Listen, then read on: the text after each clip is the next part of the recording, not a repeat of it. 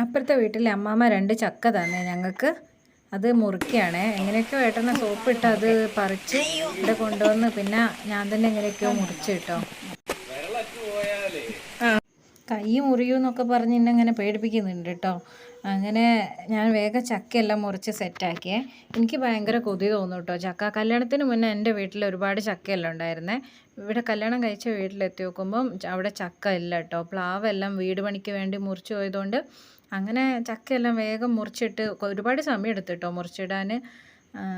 കുറച്ച് നേരം എടുത്ത്.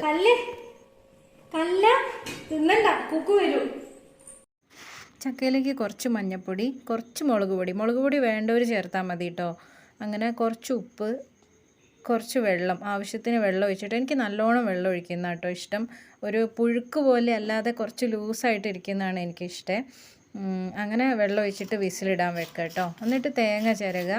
തേങ്ങേനകത്തേക്ക് ഒരു 4 പച്ചമുളക്, ഇഞ്ചി, ഒരു 2 വെളുത്തുള്ളി, അത് 2 അല്ലി കേട്ടോ, അല്ലി വെളുത്തുള്ളി, അതെല്ലാം ഇട്ടിട്ട് ക്രഷ് ചെയ്തെടുക്കുക. ക്രഷ് ചെയ്യാനേ പാടുള്ളൂ, അരയ്ക്കാൻ പാടില്ല. ഇത് നല്ലോണം വെന്ത് വന്ന ഒരു 2 വിസിലടിച്ച ചക്കേൻ്റെ അകത്തേക്ക് ഇത് ഇട്ടിട്ട് കുറച്ച് വെളിച്ചെണ്ണ ഒഴിച്ചിട്ട് നന്നായിട്ട് ഇളക്കി കൂട്ടണം കേട്ടോ.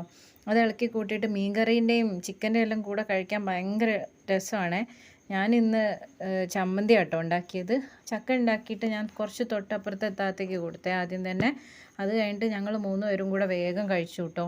കുഞ്ഞൂന് ചക്ക ഇഷ്ടമല്ല കേട്ടോ, അവളൊക്കെ ചക്ക കഴിച്ചില്ല, അവൾക്ക് വേറെ ഫുഡ് വെച്ച് കൊടുത്തു. അത്യാവശ്യം ടേസ്റ്റ് ഉണ്ടായിരുന്നേ, എന്നാലും പണ്ട് കഴിക്കുന്ന ആ ഒരു ടേസ്റ്റ് ആയില്ല കേട്ടോ.